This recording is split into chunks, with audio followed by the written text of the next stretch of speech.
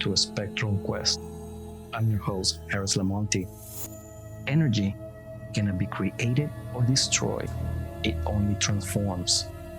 Many believe that after we die, we just disappear, vanish from existence. Others believe that we go to a place to report the good and the bad that we suffered or caused while we were alive. For me, I have a problem believing that after our bodies expire, we just end, like turning off a light bulb, plunged into the dark, our memories, feelings, consciousness evaporate into nothingness. I have been able to talk with those who have passed onto the next plane through a gate. I have recorded voices and heard what the dead have had to say about their spiritual form. That is why I believe that souls exist in another dimension after this physical life. When a loved one dies, it's not a goodbye forever. It's just a momentary physical separation from us. We will all be reunited someday to again enjoy the bonds that we establish here in the physical world.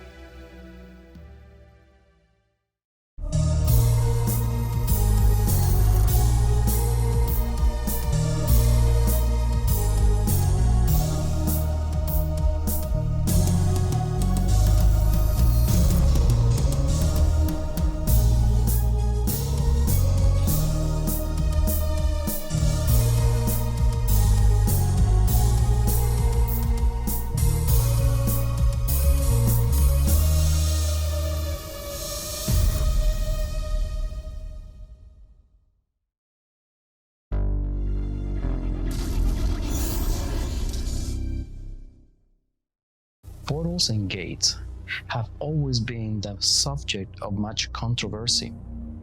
Many people don't know or understand or even refuse to acknowledge the existence of these paranormal doorways that connect our world of the living to the spirit world beyond. Portals and gates are basically the same. They are openings from this dimension to the next. A portal can be a person, place, or object that acts as a channel for the spiritual beings to transverse from this dimension to another. Portals allow us to communicate with our loved ones who have passed on. They give us a chance to continue the relationship we had with them here when they were alive. There is generally a reason why certain spirits are still around us and have not moved on. You could be asking how they are. Do they need help with something? Is there something you could help them resolve so they may move on to the next dimension to continue their journey? If you open a portal or gate, remember, it is very important to let the spiritual world know your intentions. Always ask if you can speak with them, that you mean no harm, and that you come in peace. Offer them a source of energy, like a lit candle, a glass of water, or burning incense. These are just a few of many items they can use the energy from to communicate with you. Portals include entry points like mirrors, doors, and windows. Windows are a particular favorite for spirit guides. Energy vortexes are natural entry points and are everywhere. Cemeteries, hospitals, or places of much human loss attached. These are all possible portals. Some portals need to be opened to access the spirit world, while others seem to have a natural ebb and flow of wandering entities.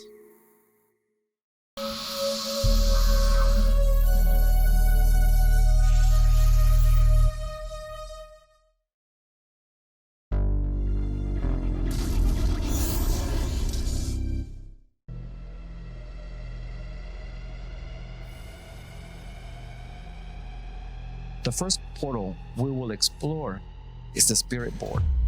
The spirit board can be a very powerful tool and is used to correspond with the spirits, and it has been around for at least 100 years as we know it. No one knows the exact origins of this fascinating portal, but one thing is certain: it helped to propel the 19th century's obsession with spiritualism. First patent and appearing in the newspaper ads in 1891, it was called the Wonderful Talking Board. Described as a magical device that answers questions from the past, present, and future with amazing accuracy, a bridge between our world and other dimensions. Skeptics and non-believers alike will always find a logical explanation about how the spirit board works. Scientists came up with the explanation called the ideometer effect. Translation: basically a way for your body to talk to itself. Scientists gathered some people, blindfolded them, and instructed them to start asking questions and waited for the spirit board to respond. Their conclusion was that all responses were incoherent, and therefore the spirit board was a parlor trick, affirming that our brains create paranormal events, dismissing the idea of being able to interact with other dimensions. Of course, most scientific minds only believe in what they can prove. I have to believe life and afterlife is so much bigger than that. My experiences with the spirit board have been varied, probably because of the different level of energy that each participant generates.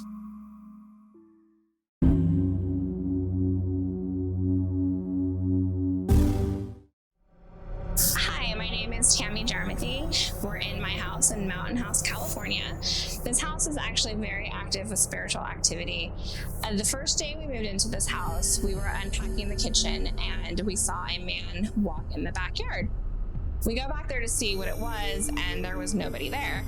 But we noticed something very interesting in the backyard when we were out there. There was a gargoyle on the fence facing the house with the wings broken off.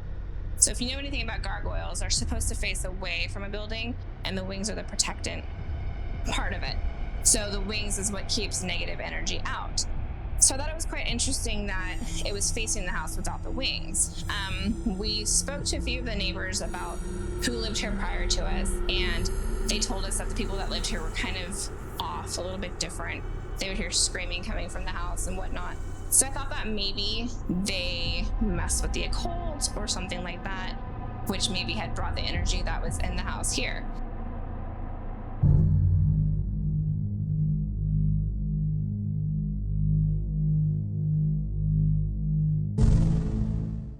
All right, I think we should probably use the board and see what we can communicate with. Find out what's here. Sounds good. Is there a spirit with us?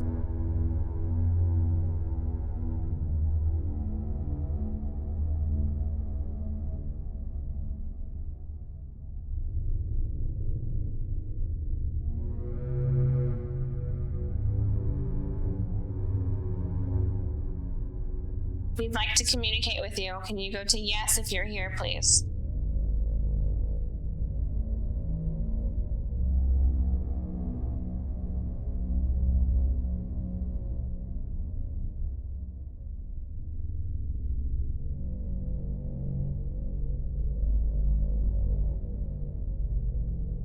Is that you? What? I just moved. Go on. Go to yes. You can feel. You can feel the energy off of it, for sure. Who's here with us?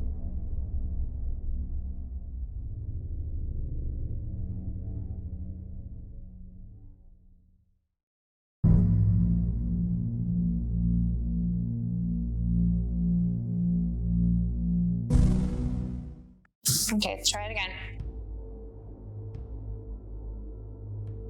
A.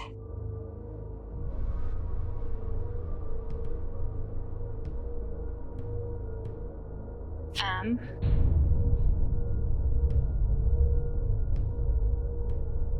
A Y. A May?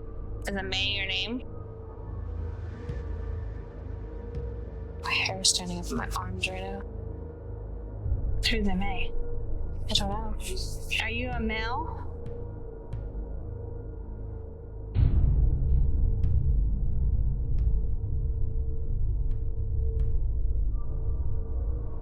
Female.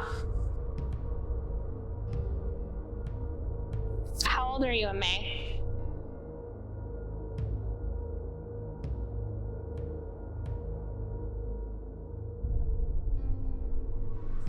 Nine.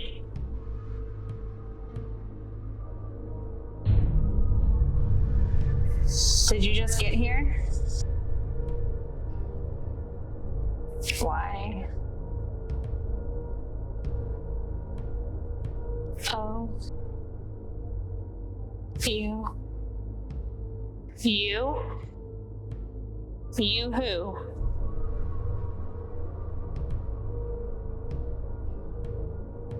TR. T? TRT? See? TR.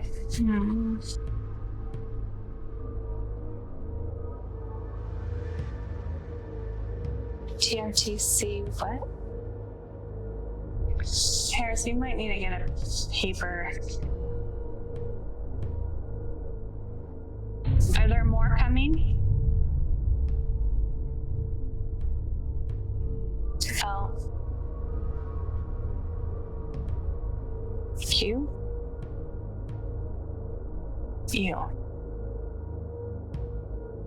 C.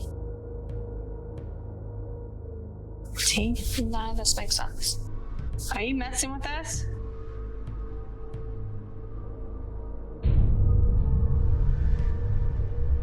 Yes. Why?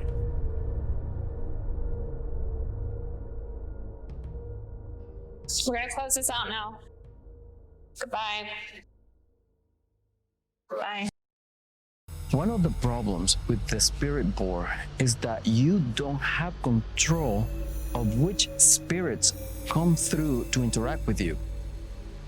It's like an open radio frequency with GPS. They know where you are, and they can attach themselves to a location or even to a specific person. Any sort of character can come through, some not so wanted.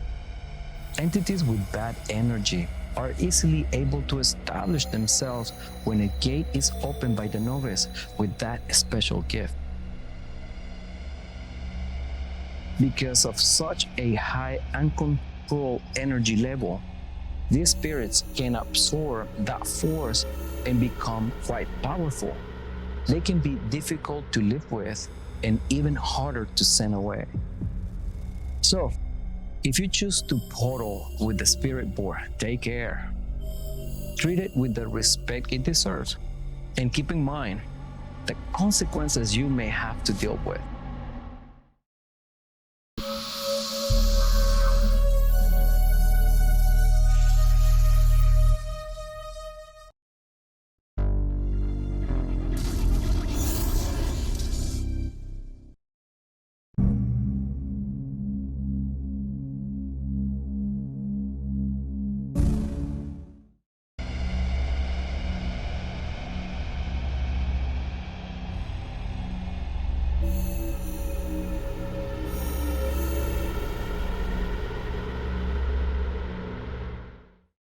Hi, I'm Chelsea Danae. I'm a psychic medium empath.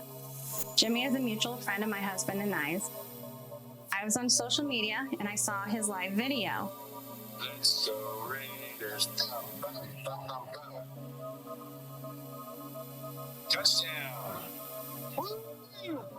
And during his video, a lot of things resonated with me and that I also sensed. I wanted to connect with him. So I reached out to him and I had asked if he had any spiritual awakenings and kind of feel, if he's into that kind of stuff and get a good feel of that. And at that point, we did, discover that he is a sensitive and he is sensitive to spirit. And during that time, I also told him that I believe he's a natural healer. He heals people through his lyrics and his music and really connects to people on that. And he also told me about some experiences he was having at his house with his daughter, that she would wake up during certain times and that she was very afraid and she would cry. She was very scared. So I had told him that I would offer my support along with my team, and then we can set up a date so we can come up and take a look at his house and see what's going on there.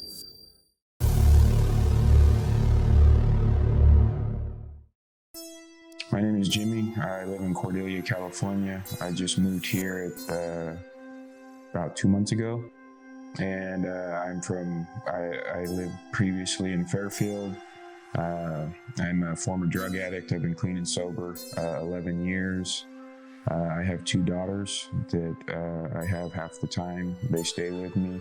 Things are going well for a while. They're going well over there, just living my life, just grateful to be alive, happy every day I wake up and get another chance. And that kind of changed when I moved here to Cordelia. I started, I thought that I felt some things, but I was unsure, I didn't want to believe it. And then what happened was my daughter, Savannah, my youngest daughter, she started having these bad dreams. And I didn't think nothing of it because kids have bad dreams, but it was very frequent, and it was almost every night around the same time, between 10 and 11. My friend Chelsea had contacted me regarding a residential case that involved a child. So I thought we should get on that right away. We went in and did an assessment. Thursday evening, we arrived at Jimmy's house. He took us through the living room very briefly and then walked us to the girls' bedroom. We went directly into the daughter's room that was experiencing a lot of trauma, a lot of crying, waking up, very fearful. At that time, me and my team, we immediately felt that there's something harsh, spiteful, and really heavy in that room. When we started assessing the house, we began with Jimmy's youngest daughter's room. Walking down the hallway to her room, we were made aware of a large open portal, a very negative portal. When we got to his daughter's room, I immediately felt an energy that was sad and violent at the same time.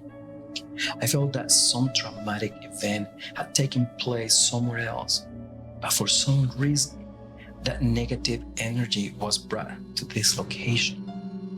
I saw a girl that had been raped and then later died. She didn't die because of the rape. Her passing was due to other trauma.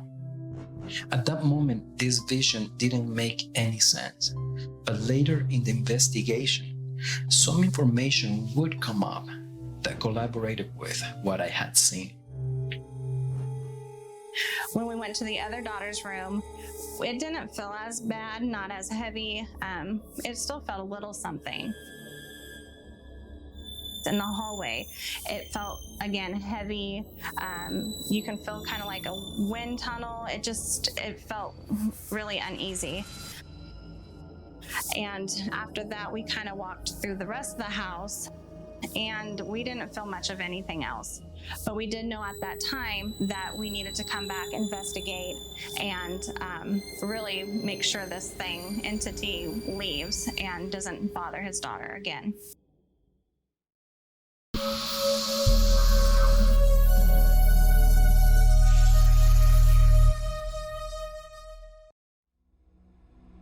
Channels and avenues are what a person uses to connect to the spirits that have come through those various portals.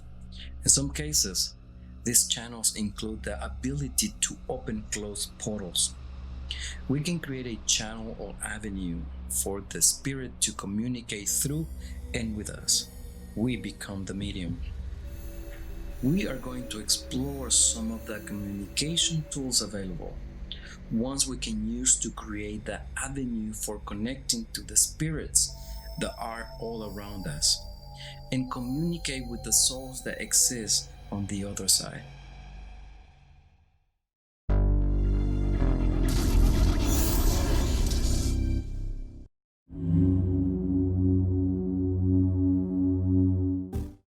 My name is Rob Pritchard. I live in San Francisco, California, in a neighborhood called Twin Peaks, which is right in the middle of the city, up on a hill. In this very apartment, I had come down with some very severe respiratory symptoms and had gone to the emergency room a couple of times and was sent back home with the instructions that I probably had walking pneumonia. After that second time I came home, friends came to visit me and brought me soup. I shooed them out of the apartment because I didn't want to get them sick.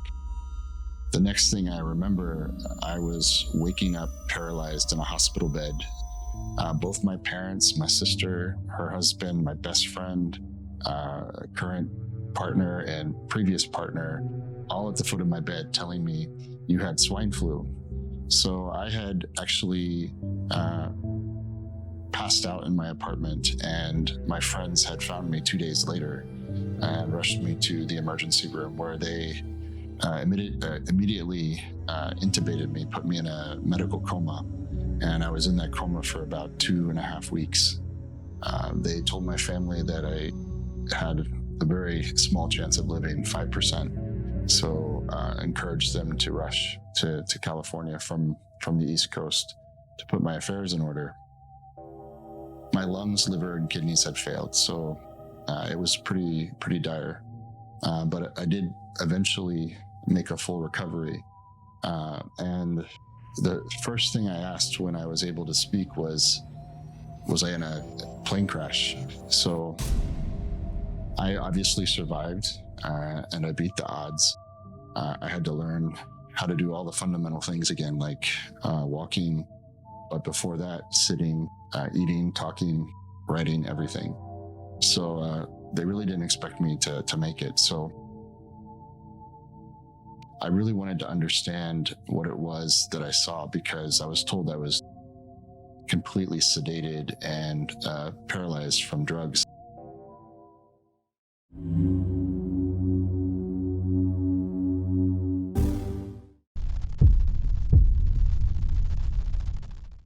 And I spent a number of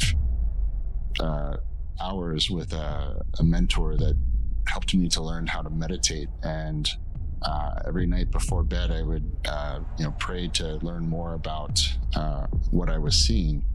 And I eventually got to a point where I could look up from the ocean and see a coast in the distance. And it was a sort of like a brownish, goldish coastline, almost looked like a desert to me.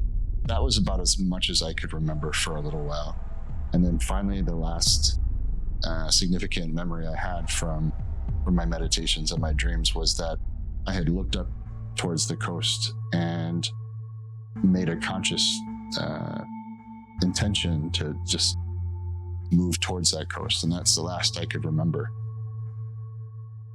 Fast forward probably 2 years after that, my parents came to visit me here in San Francisco, and I took them to the Academy of Sciences. And we went to the planetarium expecting to see a show about the stars or the solar system or something like that. But it was actually a whole show on earthquakes. And so they were using real satellite images from space. And so they started up, in orbit and zoomed down to the Pacific Ocean. And it was the exact same memory that I had of looking down at just endless blue ocean. And then the camera tilted up and there was the California coast. And just like in my dream or in my memory, the shot then sped towards the coast and down into the San Andreas Fault, I became full of chills and cried, and not sure what it means, but it was the exact same memory that I had from when I was in a coma.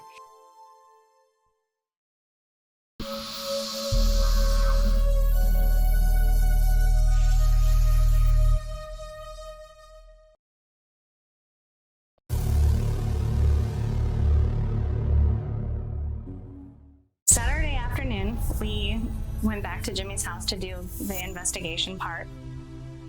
The day before, I had a vision of a mutual friend we actually knew. Well, at the time, I didn't know he knew her.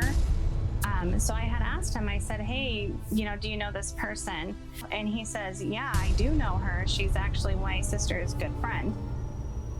So I kind of was thinking maybe the girl spirit that we had felt there might be her. Also, because during the walkthrough, Harris had mentioned that he felt like there was some sexual trauma that had happened to the person that was there, the spirit that was there.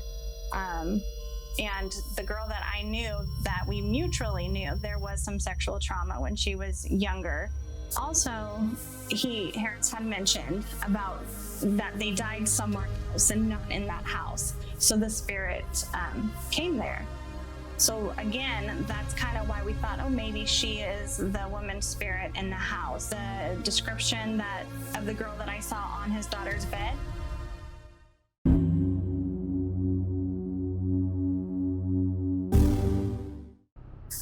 We mainly focused on the bedroom that it was happening in, and in that bedroom, we got very aggressive EVPs saying F you, that basically it wasn't going to leave, and things like that. Can you make your presence known? Come towards the candle. I'm not gonna hurt you, I just want to know your story. Wait, moving. I know that you're frightening little girl that lives here, and we want that to stop. So how can we help you to make something stop?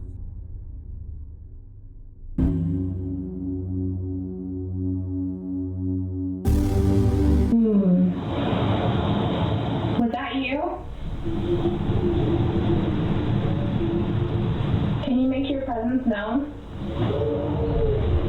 Towards the candle.